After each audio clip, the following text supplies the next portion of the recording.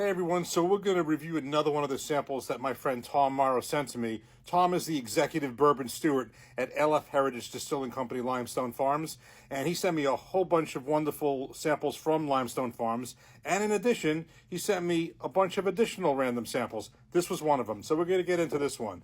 This sample is Square 6 High Rye by Evan Williams, 95 proof. Now, I never even heard of this, didn't even know Evan Williams did this. I believe this is produced by and exclusive to the Evan Williams Experience, which might be the reason why I've never seen it or heard of it.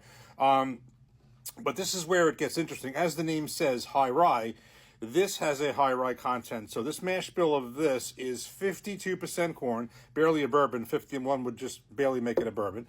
52% corn, 35% rye, and 13% malted barley. So 35% rye is a fairly high rye content rye bourbon.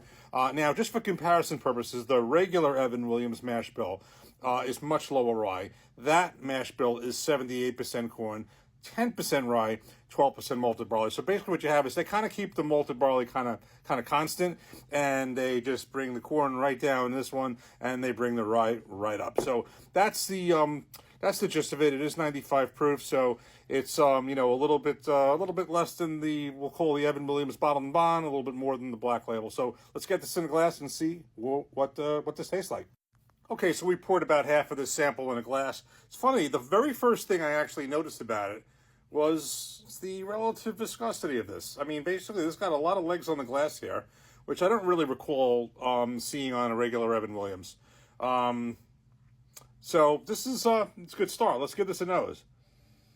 You can definitely tell this has a high rye content, no doubt. The rye is definitely coming right out of the glass on the nose. I am getting a pretty sharp high rye content, no doubt.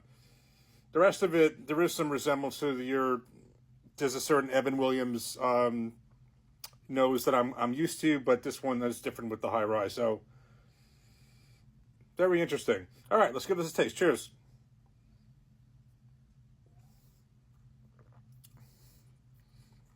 Yeah, this is definitely, it's definitely there. The rye is there. I've become definitely a higher rye bourbon person. I used to not like higher ryes, and I'm not really much of a rye person at all, but this is quite good, actually. Yeah, I am getting that rye with definitely a nice. I gotta be honest, this is a nice finish for 95 proof, no doubt. So I'm getting what I would consider some of the typical notes I'd find in an Evan Williams, but with a higher rye content and definitely a really strong finish for 95 proof. What I think I'd like to do with this, I happen to have a little globe decanter that my daughter gave me, and I filled it up with Evan Williams Black Label bourbon, just basic Black Label. I'm going to put these two side by side. I kind of want to see how they compare. Let's do that right now. And we'll take our globe decanter with the Evan Williams Black Label inside.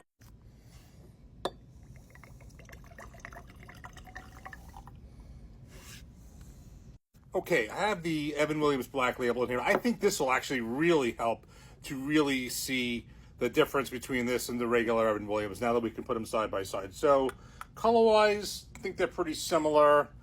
Let's go into the Evan Williams Black Label. This is 86 proof. Cheers. Well, at least on the decanter, it seems like it kept it fresh. I was wondering how that was, but it seems to taste as it's supposed to. And actually, I take the bears. I see this kind of the same legs on the glass here. One more taste of this. There's definitely, there is a profile from Evan Williams, but it is minus, so it's a little more sweetness and a little less rye. Cheers. Yep, that is definitely the difference. Evan Williams Black Label, a little bit sweeter, less rye, the graininess, and then you have less sweetness and a little more rye.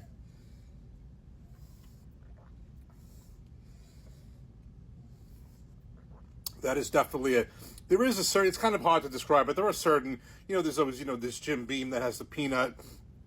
Kind of hard to describe it. There is a certain Evan Williams profile. It translates to the, also the Heaven Hill bottled and bond, which is a little bit better. But, so it's a question of, what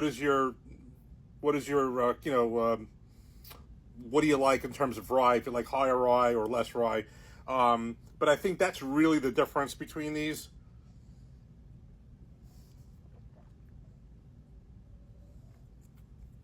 Now, of course, the other Evan Williams, the bottled and bond, kind of similar to the Black Label, just a little more proof.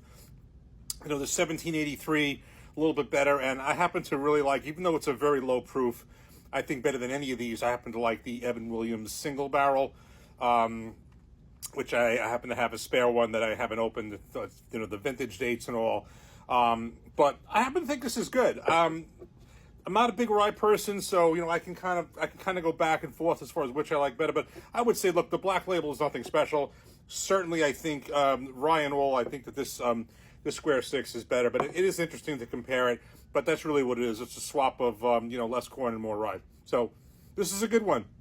Tom, thank you again so much for this sample and all the samples. Got a couple more to go. Can't wait to do that. Definitely follow Tom Morrow. Appreciate you. Thanks very much. Cheers. Take care.